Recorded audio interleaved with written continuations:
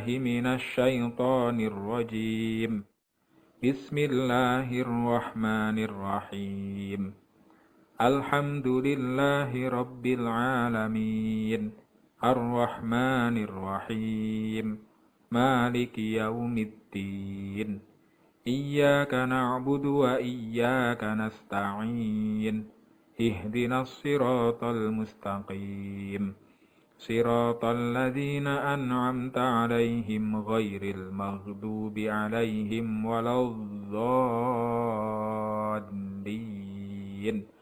رب اغفر لي ولوالدي وللمؤمنين آمين رب اشرح لي صدري ويسر لي أمري واحلل عقدة من لساني يفقه قولي ربي زدني علما وارزقني فهما آمين يا رب العالمين. Bismillahirrahmanirrahim. Assalamualaikum warahmatullahi wabarakatuh. Anak-anak paralel kelas 5 A, B, C, dan D, semoga selalu dalam keadaan sehat walafiat. Amin. Kali ini kita akan belajar mata pelajaran matematika dengan materi menyajikan data. Anak-anak diperhatikan dan bisa dicatat materinya di buku catatan matematika supaya lebih jelas dan lebih paham nantinya. Ya, disimak video pembelajaran berikut ini. Data dapat disajikan dalam bentuk tabel, diagram batang, diagram garis, diagram gambar, atau diagram lingkaran. Nah, kali ini kita akan membahas dalam bentuk tabel, diagram batang, diagram garis, diagram gambar kali ini nanti ya di video pembelajaran berikut ini. Lah, penyajian data bisa disesuaikan dengan jenis datanya ya anak-anak.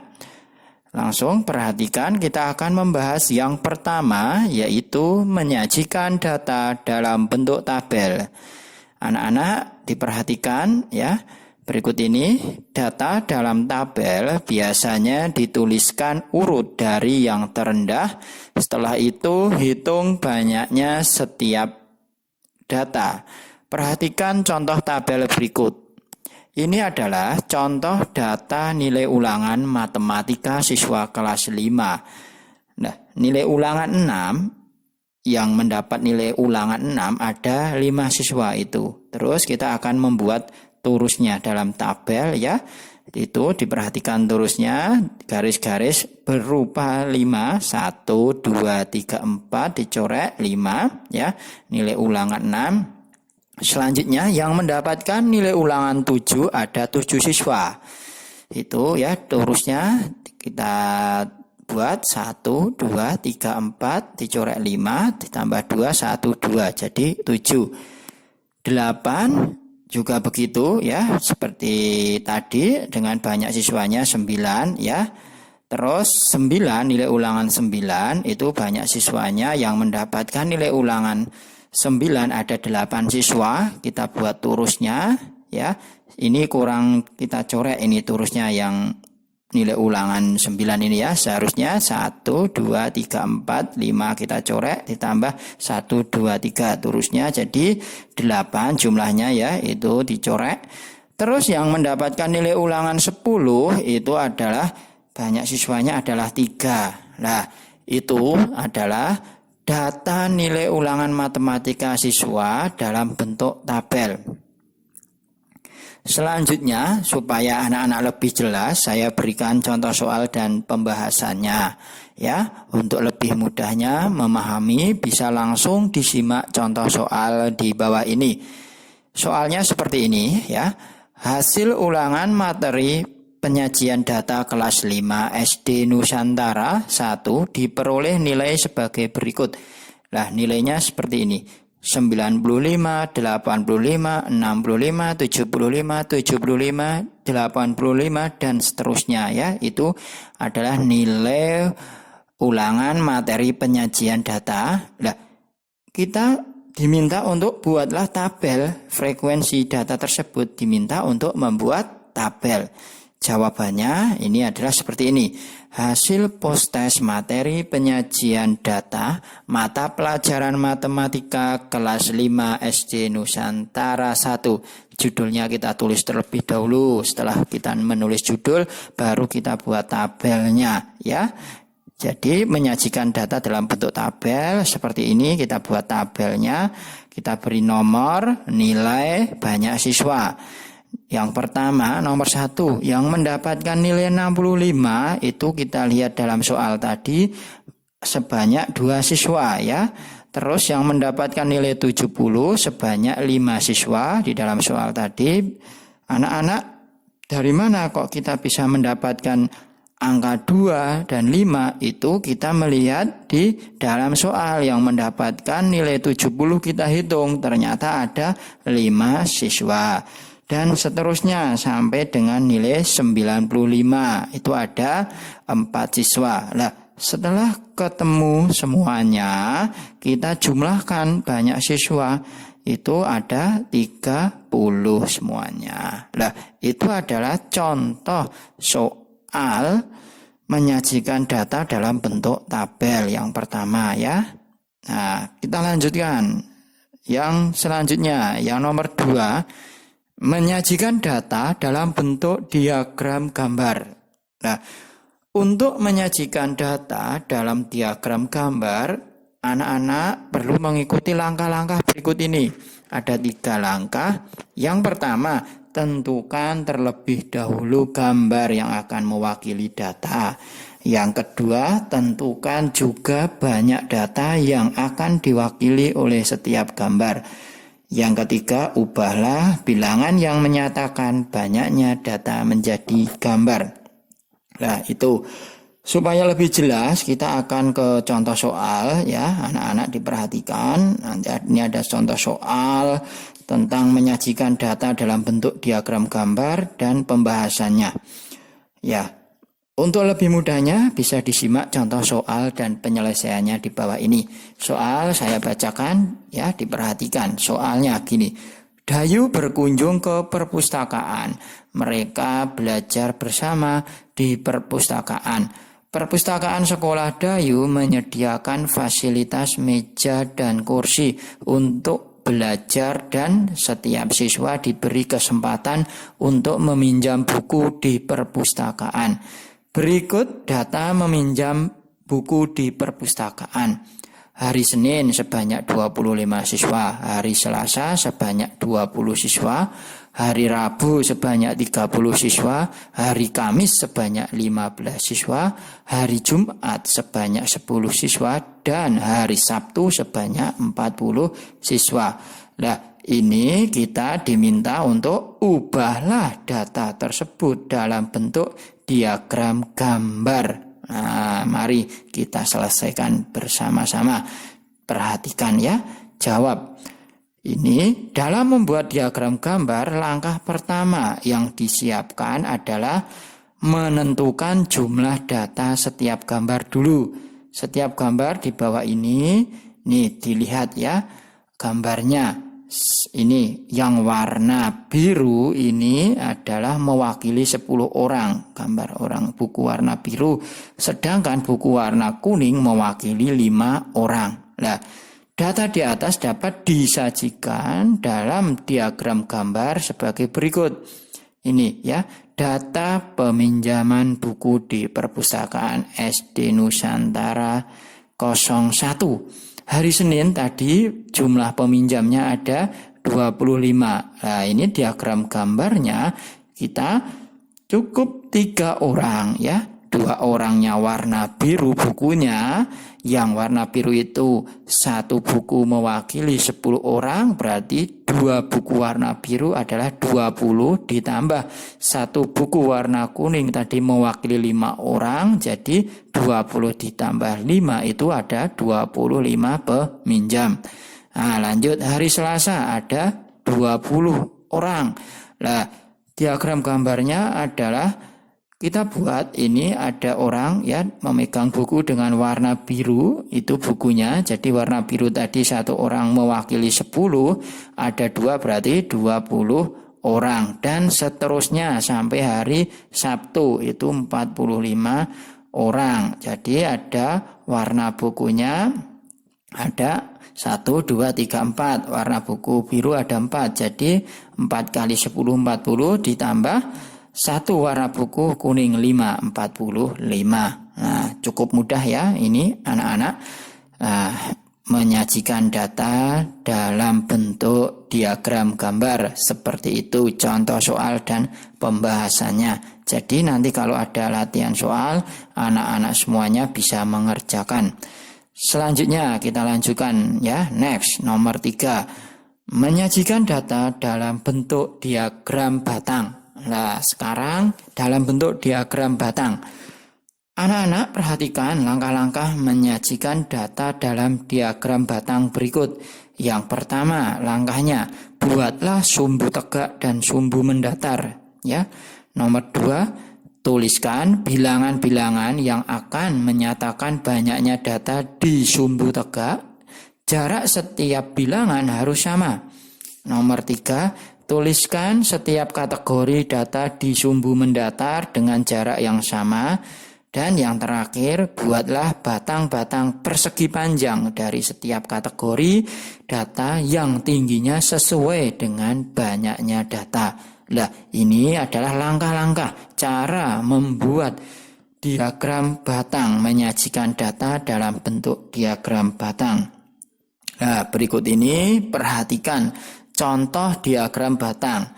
Data nilai ulangan matematika siswa kelas 5. Di sini yang sumbu mendatar, sumbu X itu adalah nilai, yang sumbu vertikal tegak lurus, sumbu Y itu banyaknya siswa.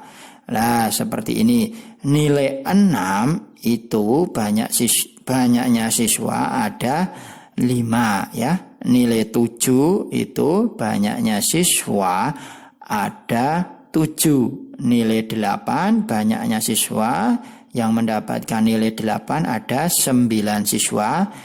Ya, nilai 9 yang mendapatkan itu ada 8 siswa. Yang terakhir nilai 10 dalam diagram batang yang mendapatkan nilai 10 ada 3 siswa. Nah, keterangannya ini sudah ada.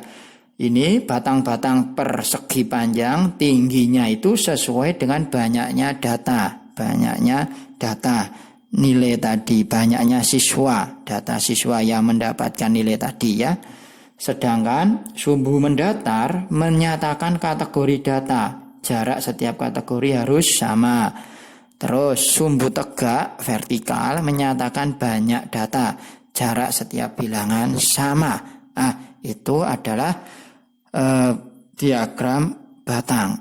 Selanjutnya ya, lebih jelasnya kita masuk ke soal, aplikasikan kita ke soal. Nah, dilihat contoh soal dan penyelesaian berikut ini. Yuk, saya bacakan soalnya, diperhatikan. Soalnya, Siti mencatat profesi semua orang tua siswa kelas 5 SD Nusantara 1. Ya, Siti menanya satu persatu profesi orang tua siswa kelas 5 dan diperoleh data sebagai berikut. Orang tuanya yang bekerja sebagai pegawai negeri sipil PNS sebanyak 8 orang. Yang orang tuanya sebagai petani sebanyak 12 orang, wira swasta sebanyak 2 orang, TNI sebanyak 5 orang, guru sebanyak 3 orang. Nah, ini anak-anak diminta untuk ubahlah data tersebut dalam diagram batang. Nah, penyelesaiannya seperti yang sudah saya terangkan tadi ya. Kita akan membuat diagram batang dari data di atas sebagai berikut.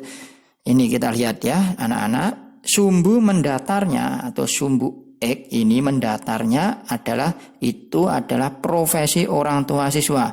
Sedangkan sumbu tegak vertikalnya itu adalah banyak orang tua siswa.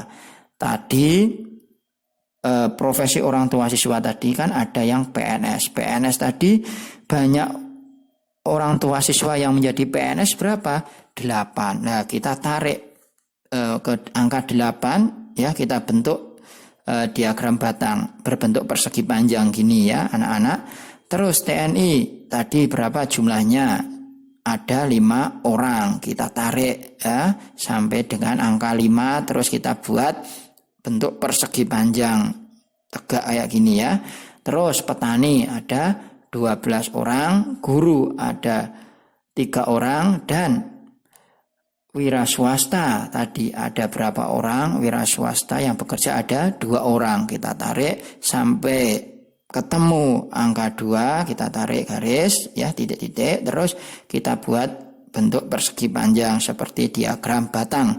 Nah, itu adalah penyelesaian dari contoh soal tentang diagram batang. Nah, cukup mudah kan? Next, selanjutnya nomor 4, yaitu kita akan belajar menyajikan data dalam bentuk diagram garis. Ini ya.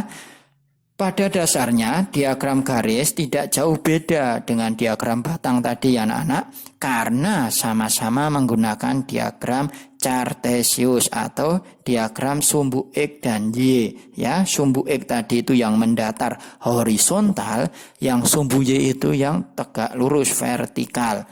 Namun yang membedakan antara diagram garis dan batang adalah frekuensi datanya. Jika diagram batang berupa batang, sedangkan diagram garis berupa titik-titik setiap data yang kemudian ditarik menjadi sebuah garis. Untuk lebih mudahnya bisa langsung disimak contoh soal di bawah ini. Soalnya seperti ini, saya bacakan. Tinggi badan Meli juga dicatat secara berkala, pengukuran berat badan juga untuk memantau perkembangan anak.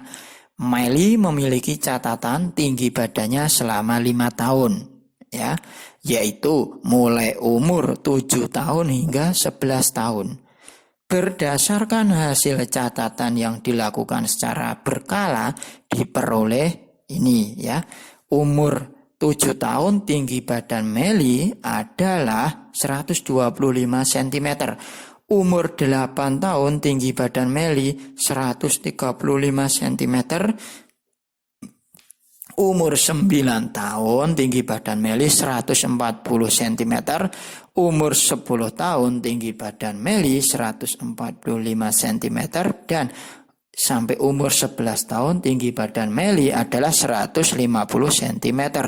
Nah, kita sekarang akan kita buat, maka dapat dibuat diagram garis seperti berikut ini. Perhatikan ini dari tabel tadi yang sudah saya bacakan, kita akan buat diagram garis. Ini ya. Perkembangan tinggi badan Meli dapat disajikan dalam diagram garis sebagai berikut. Ini yang pertama, umur 7 tahun, kita titik, umur 7 tahun itu adalah 125, ya anak-anak, 125. Terus umur 8 tahun itu adalah 135 cm, ya. Umur 7 tahun ini titiknya kurang di atas di sini ya anak-anak, ya ini kurang di atas dikit ini, sampaikan 125. Terus umur 9 tahun itu tinggi badannya adalah 140 cm. Selanjutnya umur 10 tahun tinggi badannya adalah 145 cm. Yang terakhir umur 11 tahun tinggi badannya adalah 150 cm. Nah, ini terus kita tarik garis. Nah, ini tadi ini yang umur 7 tahun itu tinggi badannya 125 cm ya. Jadi titiknya itu bukan di 120 ini tetapi di 125. Nanti anak-anak bisa diganti sendiri ya.